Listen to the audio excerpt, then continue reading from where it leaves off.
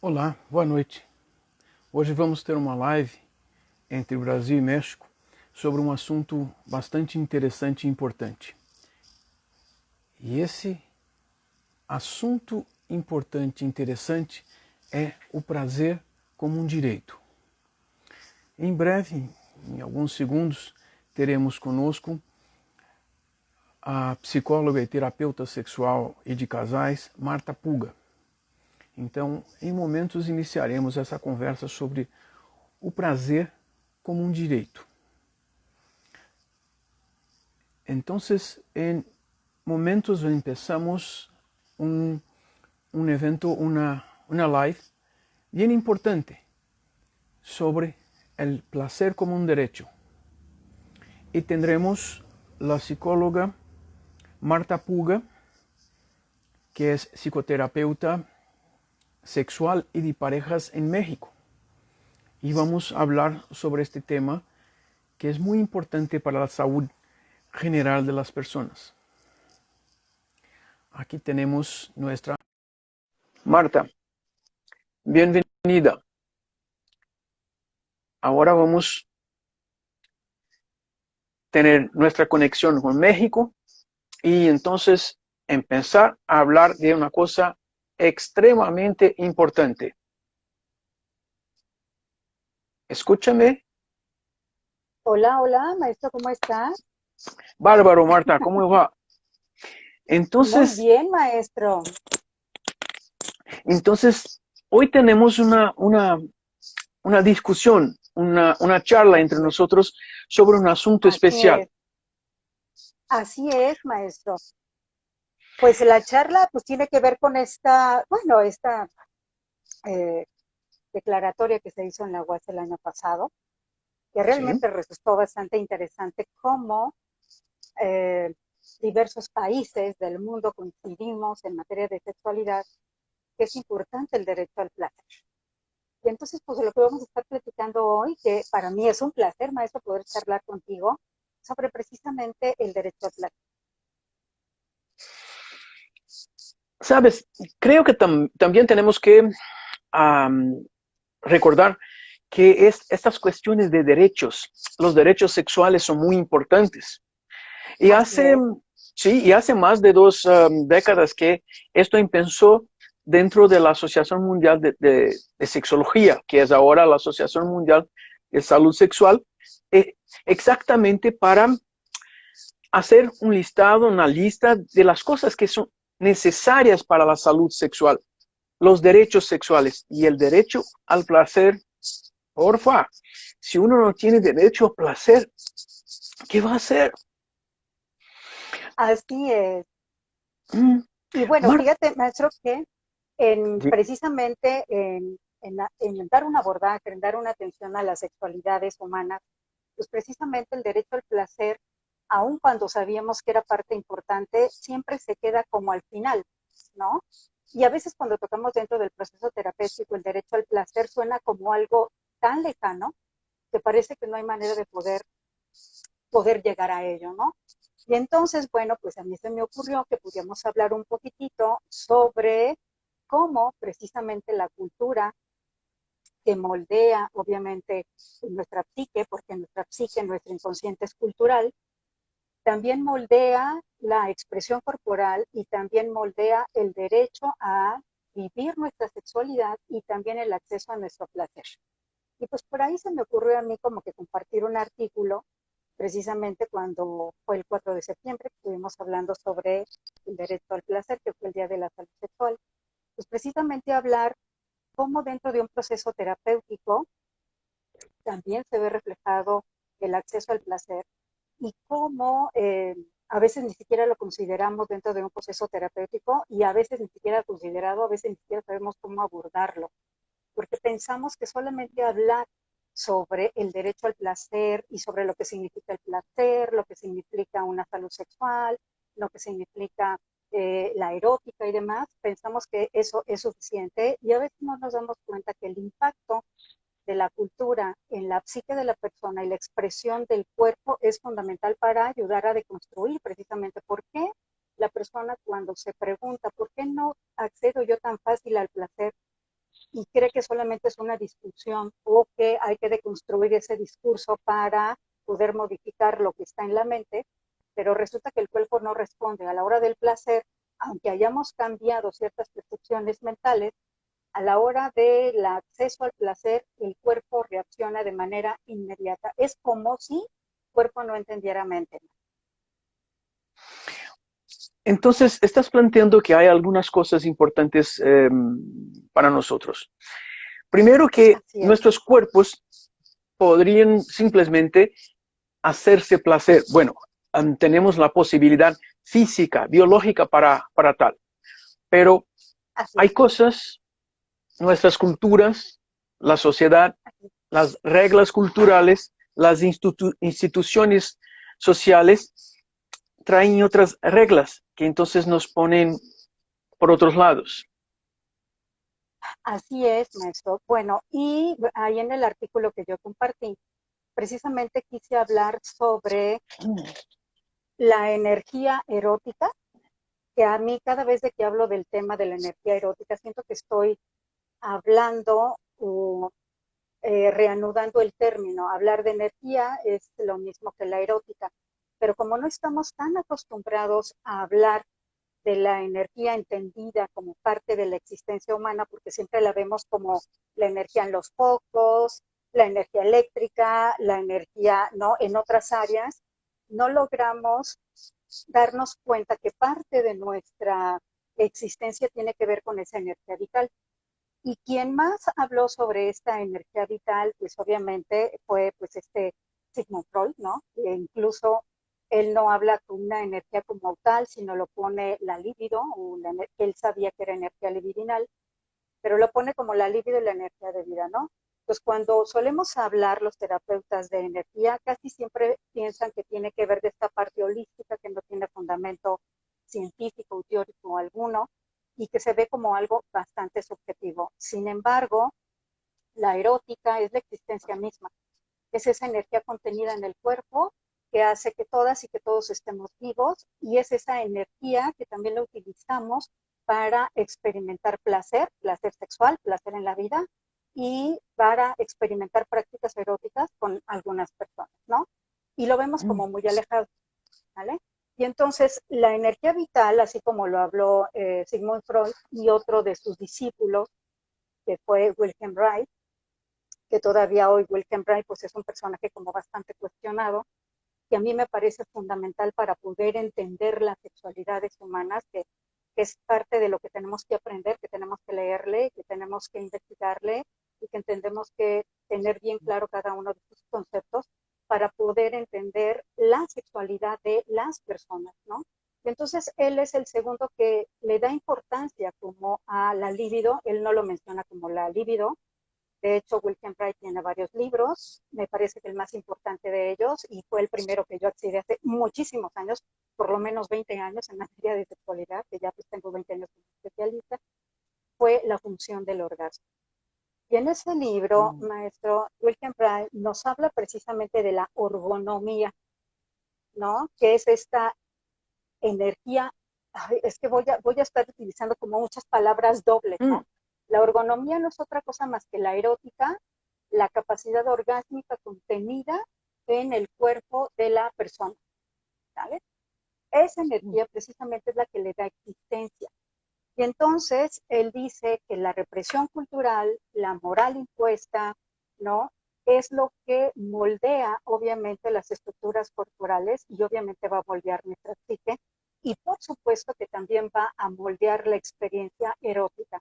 Y entonces él es de los primeros que se atreve a hablar del orgasmo, porque en la época obviamente que estuvo Sigmund Freud, pues estamos hablando de la época victoriana, donde hablar abiertamente de sexualidad pues era algo prohibido. Incluso Sigmund Freud no pudo poner orgón o hablar del orgasmo como tal en sus teorías precisamente por la moral impuesta. El que se atreve a mencionar el orgasmo o el reflejo orgásmico o la energía orgónica precisamente es Wilhelm Reich. Y me encantaría que después pudieran leer el libro de La función del orgasmo. Es un libro podemos decir un poco complejo porque no estamos tan acostumbrados a utilizar esos términos que los dejamos más para la física, para la mecánica, ¿no? Como para la ingeniería y que no podemos a veces colocarlos dentro del cuerpo humano o de la psique humana. Y entonces él habla de una economía sexual. De hecho, tiene un libro que se llama así, Economía Sexual, ¿no? Es el primero que establece como este término. Y cuando él habla de economía sexual, lo que está diciendo es cómo las represiones culturales hacen que las personas no tengan un buen uso, una buena economía de su energía orgónica, o que es lo mismo, orgón es energía, o de esa capacidad orgásmica para vivirse bien.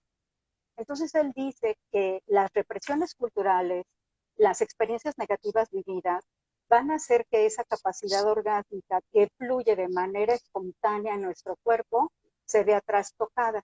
¿Y qué es lo que lo va a trastocar? Precisamente ese temor, esa ira, ese miedo, esa angustia que va a provocar en el cuerpo una contractura muscular. Y esta contractura muscular, lo que va a dejar guardado entre esos dos músculos que se anudaron, es una cantidad de energía erótica expresada en una emoción. ¿Cuáles van a ser las emociones que van a estar bloqueando la libertad o el derecho al placer de las personas?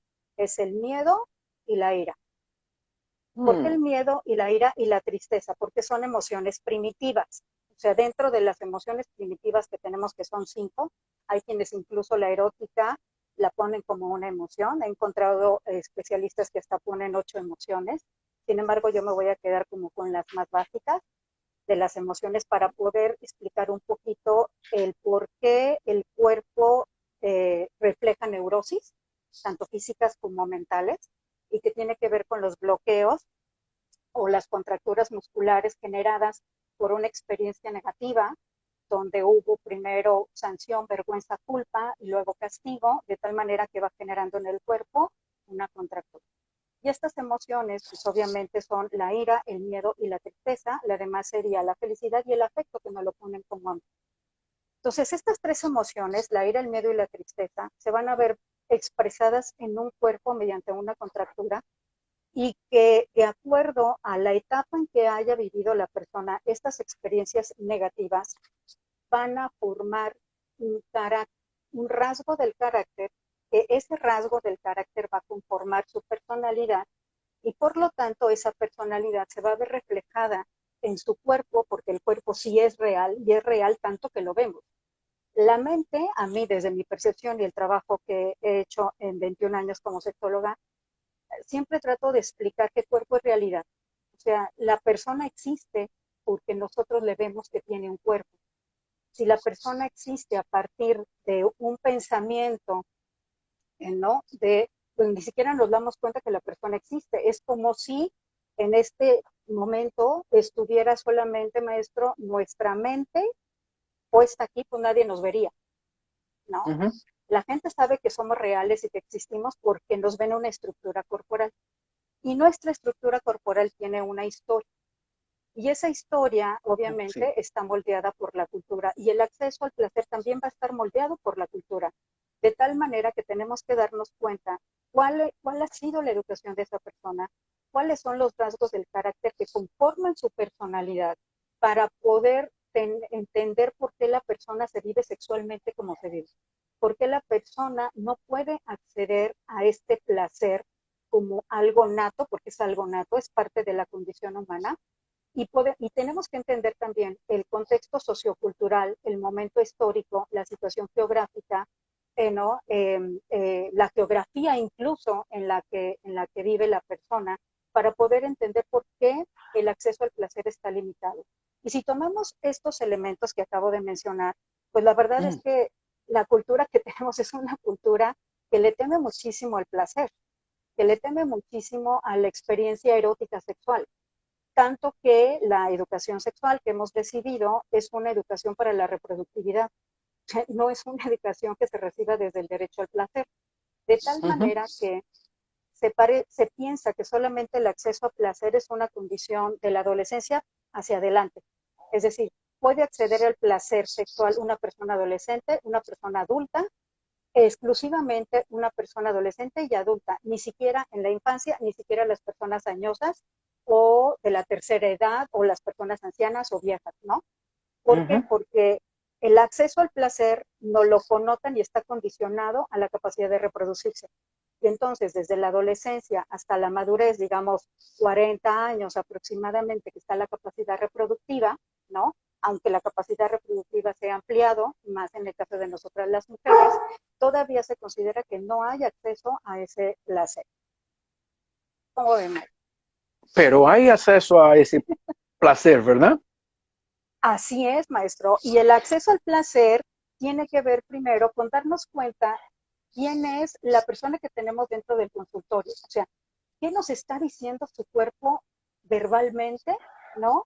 Y desde ahí nosotros podemos darnos cuenta cuáles son los rasgos del carácter que conforman su personalidad y cada rasgo del carácter cómo accede al placer. De ahí que yo quiero compartirles otro autor que para mí es fundamental en mi práctica como sexóloga cotidiana, que es Alexander Lowen. Así como Freud, como Freud habla de la erótica y Wilhelm Reich sigue este concepto, pero para decir, bueno, si hay una energía contenida en el cuerpo, pero ¿cómo funciona? ¿Cómo se mueve en el cuerpo? Eso nos lo comparte todo Reich en el libro La función del orgasmo.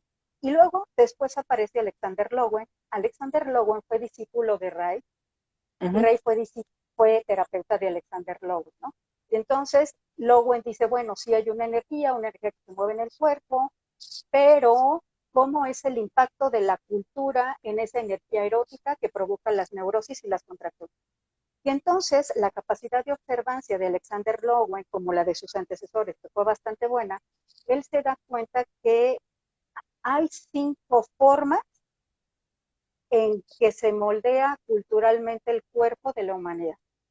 Que esas 5 formas son rasgos del carácter que van a conformar la personalidad y que además tiene un impacto muy fuerte en la vida erótica y sexual de las personas.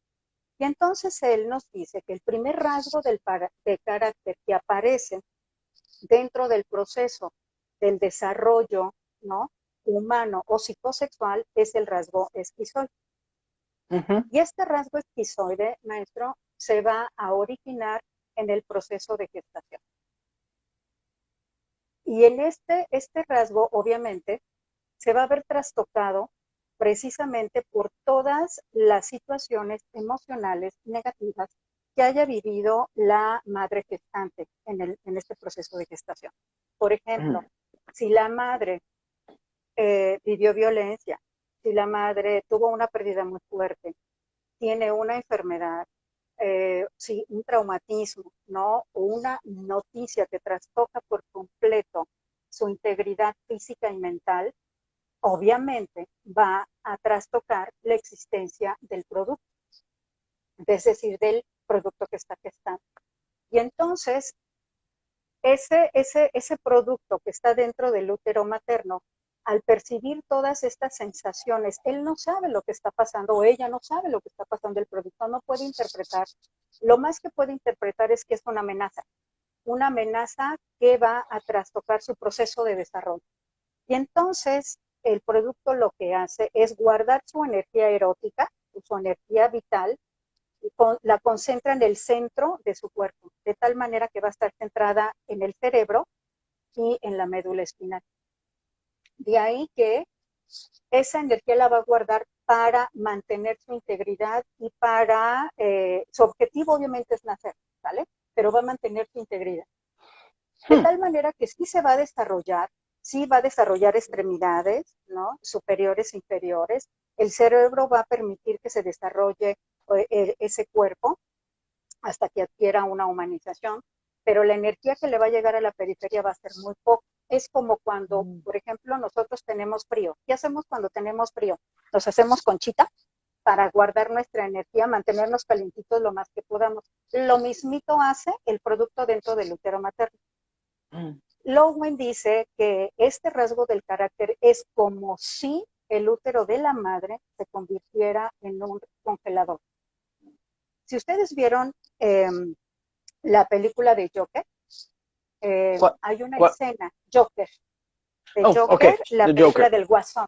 ajá, que fue una película que, bueno, fue impactante, ¿no? Para muchos y para muchas. Y hay una escena, o sea, Joker es un claro ejemplo de este rasgo esquizoide. Si ustedes se dan cuenta, no era esquizofrénico, era esquizoide. No estamos hablando lo mismo de esquizofrenia y esquizoides, ¿sale? Son cosas diferentes. Entonces, Joker es un claro ejemplo de un rasgo esquizoide elevado, digamos más o menos de un 80%, 90%, un carácter esquizoide al 100% ni siquiera nace. O sea, el ser humano no nace, ¿sale? Pero Joker logró nacer. Entonces, cuando Joker está en una de sus crisis más fuertes, ¿qué es lo que hace? Saca las cosas del refrigerador y se mete al refrigerador, porque es lo más cercano al útero materno. Así es como se vive el rasgo esquizoide. Y entonces, ¿cómo es el acceso al placer de una persona que tiene rasgo esquizoide? Para empezar, ni siquiera puede percibir en su existencia el placer, porque su derecho negado, por así decirlo, del rasgo esquizoide es a la vida, es decir, que no debería de haber nacido, pero nació. Entonces, siempre se van a vivir estas personas con rasgo esquizoide como no existentes, con una gran necesidad como de ser existentes y van a interactuar con las demás personas para tener existencia. Pero a la hora de que ellos se dan cuenta que la persona cuando les ve le da existencia, temen a esa existencia. Sexualmente son unas personas que no necesitan tener contacto erótico sexual para tener placer. Les basta con imaginar que alguien, ajá, les desea, les basta con imaginar que ellos pueden desear a alguien, pero no se van a poder acercar. Y esto también se vio muy claro en la película de Joker, con la vecina, ¿vale? Entonces, ese rasguito esquizoide, cuando llega una persona al consultorio con este rasgo esquizoide, pues yo ya me voy dando cuenta que primero necesita encarnar el cuerpo para poder acceder al placer, porque si no hay un cuerpo encarnado, no hay un derecho al placer, ¿vale? El siguiente rasgo, hagan de cuenta que Joker logró nacer. Okay. Y cuando nacemos, nuestra energía erótica está a flor de piel, tanto que Freud le llamó perverso polimorfo, la infancia como perversa polimorfa. ¿Qué es lo que quiere decir Freud con esta frase de perversidad polimorfa? Es decir, en realidad la palabra perversidad no es una palabra negativa, y es una palabra que realmente está diciendo lo que tiene que decir. Por ejemplo, yo aquí tengo un vaso con agua. Imaginen que yo tengo una jarra y que con la jarra yo estoy llenando mi vaso con agua. Pero si yo sigo platicando y sigo vaciando agua aquí y pierdo mi atención de que yo estoy vertiendo agua en mi vaso, ¿qué es lo que va a pasar? Porque yo estoy virtiendo agua. Pero si yo dejo que siga, ¿no? Virtiendo agua, se va a pervertir, se va a derramar. Eso es lo que quiere decir perverso polimorfo, es decir, que hay una sexualidad no derramada, sino que hay una sexualidad contenida a flor de piel, de tal manera que cuando al bebé se le toca, se le hace así, el bebé vibra y los vellitos se le levantan, y cuando el bebé está succionando leche materna o biberón, ¿no? En realidad el bebé está experimentando orgasmo tras orgasmo, orgasmo tras orgasmo. ¿No? Pero como a la infancia se le ha desexualizado, no se le ve orgásmica ni sexualidad ni placentera. Y entonces cuando nosotros llegamos a este mundo, una gran cantidad de nuestra energía erótica se va a la boca, porque necesitamos detonar el reflejo de succión. Si no se detona ese reflejo de succión, pues el bebé, ¿no? Pues se va a morir porque no se alimenta. Entonces, el acceso a nuestro placer, el acceso al conocimiento va a ser por la boca. Si esta etapa no fue bien atendida, es decir, que los cuidadores no atendieron a tiempo las necesidades de ese pequeño, de esa pequeña, porque la única manera que tiene el bebé o que tenemos cuando somos bebés de comunicarnos es llorar, ¿no? Pues lloramos porque necesitamos que nos carguen, que nos cambien el pañal, que nos den leche, que tengamos sueño, que nos carguen y demás. Si esa comunicación que el bebé está detonando para decir que necesita algo y el cuidador o cuidadora, por las razones que sea, no llega a tiempo y no atiende a tiempo la necesidad de ese pequeño bebé, va a dejar ahí un rasguito del carácter oral. Y entonces el carácter oral siempre va a ir en búsqueda toda su vida de una necesidad insatisfecha. Y son pues las personas que se llevan las cosas a la boca, que siempre están reclamando, aunque se les den las cosas, no es suficiente, cuidadito que uno se tarde, ¿no? Como si alguien me dijera, oye Marta, un oral, me dijera, oye Marta, ¿me puedes dar algo? Yo le digo, espérame tantito ahorita, déjame seguir platicando aquí con el maestro Osvaldo, pero esa persona quiere su agua. Entonces a los 5 o 10 minutos me vuelve a decir, ¿me puedes dar agua? Y entonces yo no se la doy, le digo, bueno, pues ándale, pues si yo le doy el agua, él o ella me va a decir, hasta ahorita, cuando tú quieras, bueno, ¿y agua? ¿Esta agua me das? Bueno, está bien, y agradéceme que me la voy a tomar. Esas actitudes va a tener una persona oral. Sexualmente, ¿qué es? ¿Cómo se vive un oral? Lo sexual es su manera de captar un deudor o una deudora. O sea, él va a vender o ella va a vender sexualidad, ¿sale? No es lo mismo, o sea, la sexualidad que el acceso al placer son dos cosas diferentes. En realidad, los orales y los personajes orales suelen ser como muy seductores, ¿vale?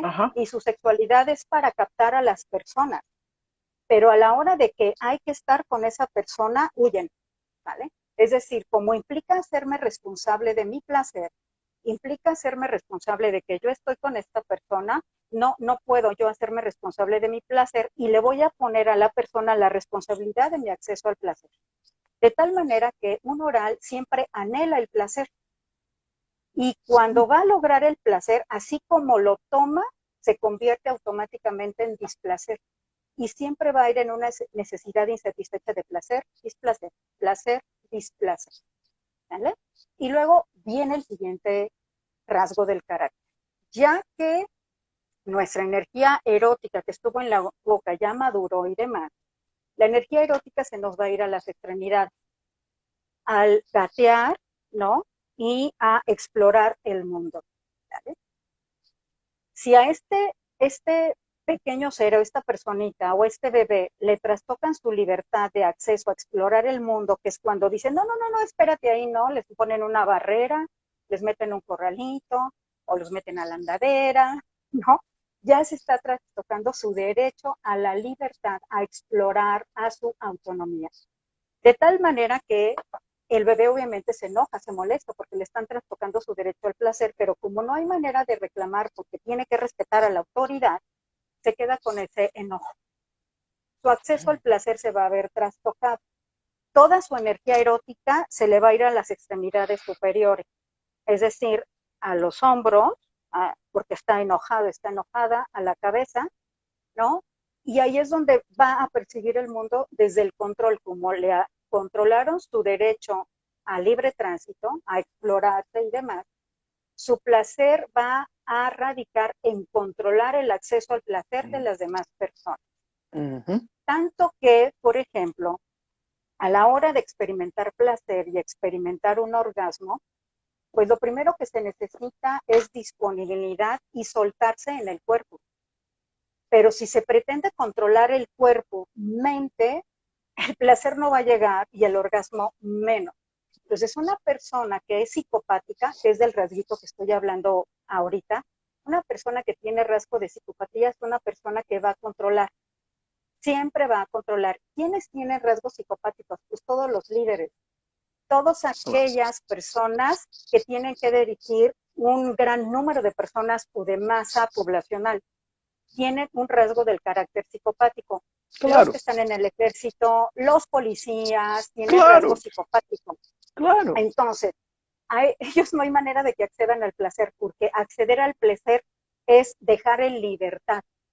O sea, dejar en libertad a la persona que explore, que sienta, que descubra. Y entonces, un psicopático no le interesa el placer y no le interesa experimentar orgasmo, porque siempre va a estar diciendo cómo le tienen que hacer la experiencia erótica, dónde le tienen que besar, cuándo le tienen que besar, cuándo le tienen que besar y cómo le tienen que besar. Y en realidad nunca va a acceder al placer, ¿vale? En el caso del oral, que es el carácter anterior, la vida le va a deber su derecho al placer siempre. Ajá. El esquizoide, que es el primero que hablé, no hay manera de que tenga acceso al placer porque primero tiene que acceder a la existencia. al psicopático le provoca placer controlar el placer de las demás personas. El cuarto carácter es el masoquista.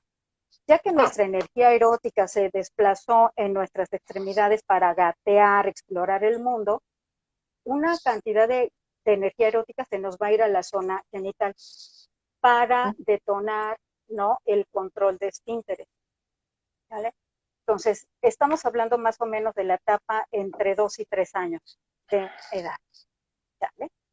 En esta etapa, si hay una sobreexigencia, sanción, castigo, ¿no?, vergüenza y culpa en el control de esfínteres, el niño o la niña va a aprender que el placer es vergonzoso, culpígeno y que hay que esconderlo, porque se le va a obligar a controlar esfínteres cuando todavía no hay una madurez muscular para controlar esfínteres. No, controlar esfínteres es una madurez muscular, no es cognitiva ni es por edad. Entonces, si al bebé se le regaña, se le sanciona, se le obliga a orinar o a defecar cuando el adulto quiere, ¿no?, el niño va a tener como un acceso al placer, como sí placer culposo, pero sucio. Ajá, de forma adulta van a ver el placer así, como sí placentero, pero a la vez me provoca vergüenza, culpa, ¿no? Y una cierta sensación de suciedad. Entonces, las personas que tienen un rasgo masoquista, su acceso al placer va a ser lo que culturalmente decimos de lo obsceno, de lo sucio. Y ya que pasamos este carácter, pues nos vamos a ir al otro carácter que obviamente es el rígido, ¿vale?, que sería el quinto carácter. El rígido es un carácter que se va a originar en la etapa de la pubertad, ya que nuestra erótica, nuestra energía erótica se fue a controlar esfínteres, después se va a volver otra vez un poco difusa en todo el cuerpo. Y cuando se llega a la etapa de la pubertad, la energía erótica vuelve otra vez a centrarse en nuestra genitalidad para madurar los órganos sexuales secundarios. Pero también va a detonar unas sensaciones nuevas, placenteras, orgásmicas. Y es cuando en la etapa de la pubertad, la adultez nos deja caer la Biblia, la moral, el código de las buenas costumbres y nos prohíbe autoerotizarnos, en otras palabras, masturbarnos. Y entonces la persona se le obliga a regirse, es decir, a vivirse bajo regla, es cuando se impone el deber ser y luego el placer. Y entonces una persona rígida no va a tener tan fácil el acceso al placer porque siempre se va a vivir bajo el deber. O sea, rigidez quiere decir religar, meter en regla. Entonces una persona muy rígida es primero el deber y luego el placer. Incluso hasta para tener una experiencia erótica, como que necesitan que sea paso 1, paso 2, paso 3. Si, por ejemplo, se les dice, oye, pues puedes pasarte del paso 1 al número 5, no, ¿cómo crees? ¿No? Tiene que, ¿y dónde queda el 2? ¿Y dónde queda el 3? ¿Y dónde queda el 4? ¿No? Entonces, una persona rígida siempre se va a estar viviendo el placer como algo que primero tiene que ser consecuencia de un deber. Y como en nuestra cultura siempre hay deberes, ¿no?, una persona rígida no va a llegar a los placeres. Ajá. Entonces, desde ahí yo quise compartir, pues, cómo dentro del trabajo en la sexoterapia, dentro de consultorio, entender esta teoría de cómo se maneja o cómo se va de alguna manera articulando, se va modificando, se va contracturando o se va liberando nuestra energía erótica, nos puede ayudar muchísimo a generar estrategias mucho más fáciles para ayudar a la persona a acceder a su placer. Ajá. Y lo digo pues porque el discurso a veces no ha ayudado. O sea, la gente puede entender el significado, puede entender cómo fue educado o cómo fue educada, puede entender que hay ciertas experiencias negativas a lo largo de su vida en materia de sexualidad que han trastocado su derecho al placer, pero cuerpo no entiende, porque como hay una contractura, esa contractura ante un estímulo parecido al primero que le provocó una experiencia negativa en su sexualidad, de manera automática va a salir reflejada, aunque en la mente se haya cambiado ya el concepto, pero cuerpo no lo entiende. Entonces, dentro de la terapia psicocorporal, lo que hacemos es obviamente descontracturar lo contracturado para liberar la energía erótica expresada en una emoción negativa, como es la ira, el miedo o la tristeza, ¿no? Para que la persona pueda liberar qué le enojó, qué le provocó miedo y qué le provocó tristeza en su vida sexual. Al liberarlo, obviamente, lo hace consciente porque te abre la psique y entonces podemos, ¿no?, ayudar a la persona a resolver que eso corporalmente no está resuelto para que su energía erótica tenga una mayor libertad de tránsito en su propio cuerpo. De hecho, Lowen y Ray dicen que un cuerpo que tiene soltura, que tiene gracia, que tiene facilidad de movilidad, de expresión corporal como muy espontánea, es un cuerpo que detona una sanitud y es un cuerpo que va a tener una buena economía sexual, por lo tanto va a ser un cuerpo que va a tener un fácil acceso al placer. ¿Cómo ven, Mike? Entonces, cuando empiezas con Wilhelm Reich, que este libro, La función del orgasmo, sabes que en portugués hay dos ediciones diferentes, con títulos diferentes. Uno de las ediciones tiene un título, La psicopatología de la vida sexual. Así es. Interesante, interesante. Y son dos traducciones diferentes, entonces cuando lees una o lees otra, así se parecen casi libros diferentes, porque uno fue editado en Portugal y otro en Brasil, entonces hay diferencias también de palabras. Pero la cosa es, también. Bueno, es una traducción, pero la traducción del alemán, porque Reich escribió esto en 1924. Pero hasta el 27 no pudo publicar porque Freud no quería publicar en la revista del círculo psicoanalítico. Pero Reich entonces tenía algunas ideas muy interesantes porque, por ejemplo, se parece que su práctica social basada en esta teoría era primeramente hacer lo que él llamó de clínicas de higiene sexual, a donde enseñaba educación sexual a las personas. Así es, y además de que enseñar la educación sexual, de hecho él decía que mantener la salud tenía que ver con nuestro reflejo orgásmico, ¿vale? O sea, es decir, de hecho inventó por ahí una máquina orgónica donde decía, si usted se siente agotado, se siente deprimido, se siente triste, pásele aquí a la maquinita, siéntese 5 o 10 minutitos, y lo que hacía la máquina era obviamente activar la energía erótica, orgánica de la persona, y entonces la persona ya salía feliz y contenta y ya se iba a trabajar. Entonces, Ray fue uno de los primeros que dio una educación de la sexualidad. Ok, pero estas maquinitas son de los años 50, o sea, diferente de cuando hacía estas promociones educativas en sexualidad, porque pensé en esto porque planteaste una cosa también, es necesario conocer cosas para saber qué hacer. Así es, maestro, sí, a mí me parece que es fundamental.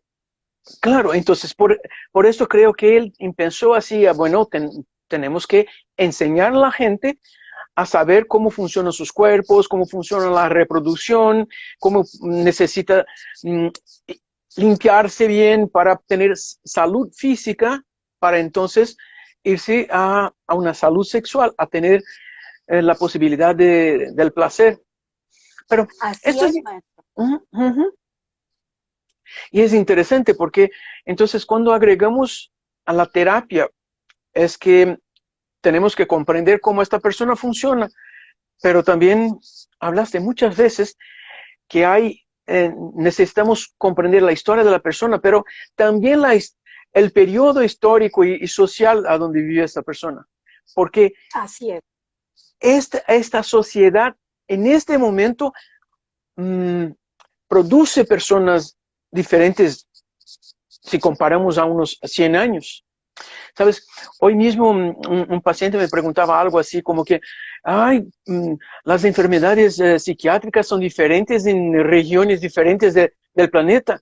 Lo miré así como que, sí, espe- especialmente, él bueno, se encantó así porque él tenía una preocupación, como que su pene estaba a- a, mm, apequeñándose, como que Ajá. tornándose más pequeño con la edad. Él lo miré así.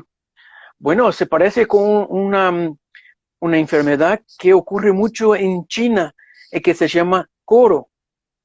Me Ujú, miro, ¿cómo es esto? Es así, porque muchos chinos ancianos piensan que su pene está achicándose y entrando a su cuerpo. ujú. No me digas, entonces es geográfico. No solo esto, histórico también. O sea, a Así cada es. 100 años las cosas mudan, cambian mucho. Y pensaba, en los años de principio del siglo XX, cuando Freud empezó a estudiar, había mucha, ¿cómo se llama? Eh, ay, Histeria. sí, la histeria, los trastornos Así es. histéricos. Así es. Y desaparecieron en Europa. Este siglo prácticamente no hay. Cuando ya estudiaba psicología y cuando nos fuimos al hospital psiquiátrico, pensaba, me voy a ver todos esos tipos.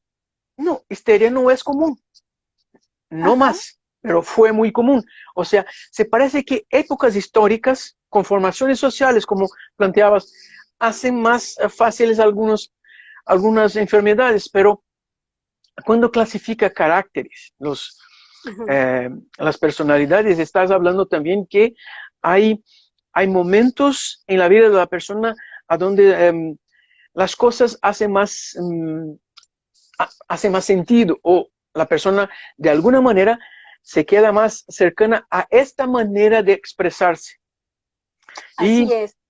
uh-huh, ¿sí? Le escucho, maestra. Y Sí, sí, le escucho. es interesante cuando propones que, bueno, grupos diferentes de profesiones quizás claramente son asociadas a determinados tipos de personalidad. Debería ser obvio. Y cuando hablas así, Así es. bueno, la gente que lidera un gran grupo de personas tiene que tener una capacidad, bueno, yo justo digo capacidad, porque, bueno, sí, tiene que ser alguien que sea un poco así psicópata, porque no es un psicópata, tiene una personalidad Psicopatía. psicopática. Sí, Así es. también como nos mostraste, hay diferencias entre las enfermedades psiquiátricas y las características generales, pero las Así es. características a veces son feas, ¿verdad? Porque la gente Así es. exagera, en cada de los grupos hay exageros, pero que no llegan um, a ser diagnosticados exactamente como una enfermedad psiquiátrica. Hay Así es. algo, hay algunos, ¿verdad? Así es. Sí, de Pero, hecho, cuando con mis consultantes, obviamente yo les comparto este paradigma de atender la salud física, mental y también, obviamente, la sexualidad, pues de principio sí se mueven o se ponen a veces un poco preocupados o entran en angustia, pero cuando yo les explico que los rasguitos del carácter, que estos 5 rasgos del carácter que les compartí, en realidad todos y todas tenemos una buena combinación de estos rasguitos del carácter, porque estos rasgos del carácter son detonados por la represión cultural. Es decir, pareciera que no tenemos escapatoria, pareciera que todos, en mayor o menor medida, pues tenemos un rasguito esquizoide, un rasguito oral, un rasguito psicopático, masoquista y rígido. Estos rasguitos van a conformar nuestra personalidad. Entonces, cuando yo intento explicarles para llevarles a que entiendan por qué se viven como se viven, ¿vale? Les da un mayor, digamos, como nivel de autoconciencia y poder personal. Es decir, porque como yo ya sé quién soy, a partir uh-huh, de que me dices por qué tengo esta estructura corporal, porque muchas veces van con la idea de que tienen que cambiar por completo, ¿no? Entonces yo les digo que los rasgos del carácter desafortunadamente no van a desaparecer. Los rasgos del carácter van a estar ahí siempre presentes. Lo que va a ayudar a moldear o a temperar precisamente es el temperamento, porque no es lo mismo carácter que temperamento. El temperamento, o sea, la palabra lo que nos dice es temperar, es temperatura.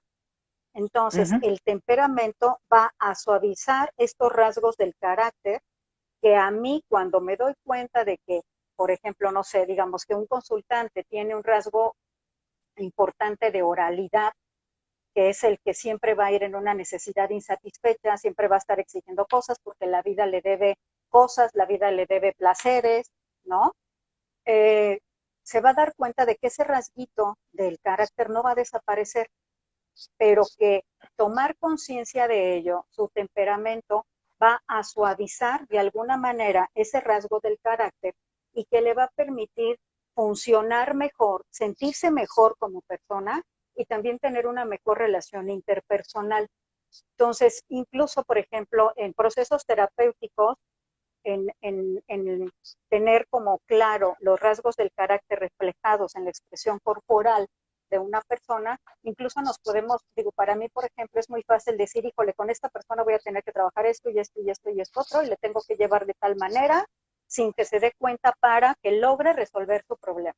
Entonces, por ejemplo, a ver, un esquizoide o una persona que tiene un alto grado de esquizoidez en su personalidad, ¿cómo es la expresión corporal? Es un cuerpo flaco, lánguido, como desencarnado, como, de hecho, parecen fantasmitas. Es más de alguna vez seguramente nos hemos topado más con alguna persona que tiene este rasgo del carácter muy notorio y ni siquiera nos damos cuenta que pasaron a un lado de nosotros. ¿Por qué? Porque en realidad esas personas para esta vida, es como si no existieran, ¿sale? Entonces una persona con un alto grado de esquizoidez, por ejemplo, tuve una pareja donde ella era muy esquizoide, ¿sale? Y él era psicopático. O sea, ella como esquizoide, pues claro que no le interesaba una vida sexual, no le interesaba tener relaciones sexuales, coitales, no le interesaba el placer. Ella se reprodujo por este mandato social y tuvo relaciones sexuales para embarazarse, ya se embarazó y ya cumplió. Y él, la pareja, en este caso el marido, pues exigía pues que quería tener una vida sexual con ella. Él como psicópata, o psicopático, mejor dicho, él quería controlar el cuerpo de esta mujer y el placer de esta mujer, pero a ella no había manera de que respondiera sexualmente. No había manera y jamás iba a responder, porque primero lo que necesita ella es encarnarse. Un cuerpo encarnado detona una erótica impresionante, por lo tanto tiene viveza, tiene experiencias y demás. Un cuerpo desencarnado no, lo primero que necesita es encarnarse. A ella no le interesaba mientras él exigía que hubiera una vida sexual, no por placer, por obligatoriedad. Y entonces cuando se habla, o en el caso, yo como terapeuta, cuando hablo de estos rasguitos del carácter, como que les abre el panorama de pues, realmente quién es la persona con la que estoy. Y que yo no le voy a pedir, no le voy a poder pedir que cambie o que me dé cosas que no me puede dar, porque yo ya sé quién es. Y en materia de sexualidad en pareja o de terapia de pareja, uy, no, bueno, hay estos rasgos del carácter. A mí me ha ayudado muchísimo a poder llevar a las parejas a entender por qué se relacionaron con esa persona y no con otra. Sí. Aunque se separaran y volvieran a buscar otra pareja, van a buscar una pareja exactamente igual, nada más que con el nombre diferente. ¿Vale? Entonces, estos rasgos del carácter aclaran muchísimo a la persona para darse cuenta por qué se vive como se vive, por qué percibe el mundo como lo percibe, por qué se vive sexualmente como se vive y por qué su derecho al placer está trastocado. Entonces, a mí me parece que hablar desde la psicología corporal, desde la energía contenida en el cuerpo, que tanto Ray como Lowen lo llamaron bioenergética, que no es otra cosa más que la energía contenida en esa biología, en ese cuerpo, ¿no? nos ayuda muchísimo para facilitar los procesos terapéuticos, que sean como mucho más rápidos, más directos y más claros. Porque hay veces que llevamos la terapia como muy largo, sobre todo en psicoanálisis, pero como psicoanálisis es mente, o sea, mente está acá arriba, o sea, mente no está en mi realidad, en el aquí y en el ahora donde yo tengo que ser funcional. Y entonces la persona puede pasar muchos años en terapia psicoanalítica y nada más darse cuenta y darse cuenta y darse cuenta y darse cuenta y no resolver nada. Pero cuando cuerpo lo hacemos realidad, cuando lo hacemos funcional, cuando tomamos conciencia de por qué tengo esta estructura corporal, de por qué tengo estos rasgos del carácter que conforman mi personalidad, tengo una mayor posibilidad de poder resolver el problema por el cual llegué al consultorio. Entonces, haces la aplicación de todo lo que nos hablaste en el consultorio con los pacientes, con los clientes que siempre le buscan. Pero estás hablando como si, bueno, esto hacemos a una persona y como tenemos así como que un poco más que cinco minutos, pero ¿cómo vamos a hacer esto con la pareja? Porque empezaste a hablar de una pareja que es rara, porque son dos personas que no pueden. Fíjese que es bien común, maestro. O sea, Yo sé. digo, una pareja como muy común también en materia de sexualidad y relación de pareja es un oral y un rígido. O una oral y un rígido. ¿Sale? ¿Quién va a ser? A ver, lo voy a poner como si ella fuera la oral y él fuera el rígido. Porque además la cultura educa a las mujeres en una oralidad y a los hombres en una rigidez. Ajá. ¿Vale? ¿Por qué a las mujeres en una oralidad? Es decir, ¿quién es la oral? Pues es la eterna niña. Ajá. Es la princesita. Es aquella mujer pura y casta. ¿Sale? Es aquella mujer que va a vivir una sexualidad, pero no por decisión propia, sino porque alguien viene y la seduce. Esa es la oral, lo que llamamos en psicología la histérica. ¿Sale? ¿Quién es el rígido?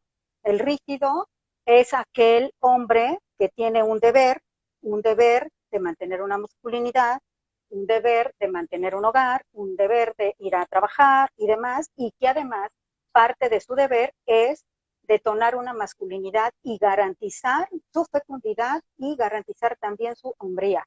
Entonces, este modelo de pareja es como muy común en nuestra cultura, donde obviamente una oral o una oralita va a captar sexualmente a alguien, ¿no? Que le ayude a vivir. ¿Quién le va a ayudar a vivir? Pues este hombre rígido, que tiene estructura, que sabe muy bien hacer las cosas, que primero se va por el deber, ¿no? Aunque ella siempre va a esperar de él placer, pero él no se lo va a poder dar, porque primero es su deber, ir a trabajar, traer recursos y demás. Ella lo capta a él sexualmente, es decir, es como esta seductora, de que yo siempre voy a estar disponible, es como la virginal, la pura y casta, como la eterna doncella, ¿sale? Pero van a tener problemas en relación a su sexualidad, porque mientras ella va a exigir una sexualidad, que en realidad, más que exigirla para placer, la exige como es algo que me debes, que la cultura me debe y que tú me debes, y que tú me debes ese placer, porque mi placer depende de ti, no depende de mí. Entonces, una oralita no se va a hacer responsable de su sexualidad ni tampoco se va a hacer responsable de su placer, porque todos estos dos elementos se los va a depositar al rígido, porque el rígido sí se va a vivir bajo el deber. Y entonces, como esta pareja, hombre rígido, su deber es el trabajo, no va a tener tiempo ni disponibilidad ni energía erótica para darle a ella placer. Esto es bien frecuente en terapia sexual de pareja. Lo mismo pasa con un masoquista o una masoquista, ¿vale? Una pareja masoquista, un hombre o una mujer masoquista, se pueden relacionar con un oral, por así decirlo, ¿vale? Por ejemplo, digamos, que él sea oral y que ella sea masoquista, ¿vale? El oral la captó a ella o a él, ¿no? A ella, porque necesita una madre. ¿Vale? Ella capta este oralito, porque necesita, como este personaje masoquista, en realidad se le tiene que pedir hasta el favorcito para un encuentro erótico sexual porque no es de su interés. ¿Sale? Los que tienen rasgo masoquista muy notorio, no les interesa vivir la sexualidad por placer. Dentro de las prácticas que yo me he dado cuenta que un rasgo masoquista lleva a cabo es más el autoerotismo o la masturbación. Ahí es donde se encuentran el placer, ¿vale? Pero en la pareja no. Ajá. Entonces, este oral masculino le va a intentar pagar a esta persona con lo sexual, pero además se lo va a exigir, ¿vale? Le va a exigir a este personaje masoquista encuentro erótico cuando él realmente no le interesa a este personaje masoquista. Eso también es bien frecuente en pareja. No me ha tocado hasta hoy en día una pareja donde ambos tengan esos mismos rasgos del carácter, por decir dos rígidos. Pues dos rígidos no van a coger porque va a ser todo deber, deber, deber, deber, deber, y van a ser como los roomies, que actualmente en nuestra cultura, ¿no? Por las exigencias del deber, el trabajar y demás, el trabajo ha trastocado mucho el acceso al placer en las personas porque ya no hay tiempo para el placer. Todo es deber. Entonces, una pareja donde ambos son rígidos, no les interesa vivirse sexualmente. Pero sin embargo va a haber como la sensación, es que yo sí quiero, ¿sale? Y yo sí quiero, pero pues no contigo. ¿Por qué? Porque pues como para nosotros primero es el deber y luego el placer, una pareja se va a ver como si fueran compañeros de habitación, lo que hoy dicen roomie, ¿sale? Dos oralitos también me ha tocado atender, una pareja donde los dos son orales, son dos eternos niños o adolescentes. Pues claro que no van a coger, van a ser muy buenos amigos, se van a acompañar, van a disfrutar de cosas, pero en realidad una vida sexual no les interesa, pero como la cultura exige que se vivan sexualmente, saben que hay algo que probablemente no está bien. Entonces, cuando llegan al consultorio es decir, es que sí, yo sí quiero tener una vida sexual, pero pues es que él no me excita o ella no me excita, tal, tal, tal. Como le depositan a la pareja la responsabilidad de mi placer y de mi vida sexual, a veces no son capaces de reconocer que la responsabilidad de su propia erótica, la responsabilidad de su acceso al placer, la responsabilidad de su vida sexual es algo personal. Entonces, como son, digamos, rasgos del carácter inmaduros, no van a madurar. De hecho, Lowen, en uno de sus libros, Amor y Orgasmo, que la verdad es bastante bueno el libro de Amor y Orgasmo, él habla de una sexualidad madura, ¿vale? Y cuando habla de una sexualidad madura, él no está hablando como un rasgo de madurez psicológico, no. Esta energía erótica que está, o sea, como difuminada en nuestro cuerpo, en la etapa de la pubertad, se centra en la genitalidad. Ayuda a madurar los órganos sexuales. La erótica se hace mucho más intensa y hay una función sexual. Él dice, esta persona sí puede funcionar social y culturalmente sexual, porque sí va a tener una vida sexual, aunque la tenga por deber, pero la va a tener, ¿vale? El placer va a quedar afuera, pero la va a tener por deber. Entonces, en el caso, por ejemplo, eso va a ser un rasgo, digamos, de madurez. Dos personas orales o el rasgo de carácter oral es un rasgo inmaduro, porque es el eterno niño o el eterno adolescente o la eterna niña, eterna adolescente. Entonces, lo primero que tenemos que hacer es que madure, y madurar implica autorresponsabilidad. O sea, yo me hago responsable de mi propia existencia, yo me hago responsable de mi propio placer, yo me hago responsable de mis vivencias eróticas sexuales, y entonces ahora sí yo puedo compartirle a esta persona mi sexualidad. Y en dos orales, como se van a estar culpando uno al otro, echando la responsabilidad uno al otro, van a decidir, mejor vivimos así muy bien como si fuéramos hermanitos, y no van a coger. Y de hecho, son rasgos del carácter rígido. Solamente yo les mencioné 5, pero dentro de los rígidos todavía hay subdivisiones.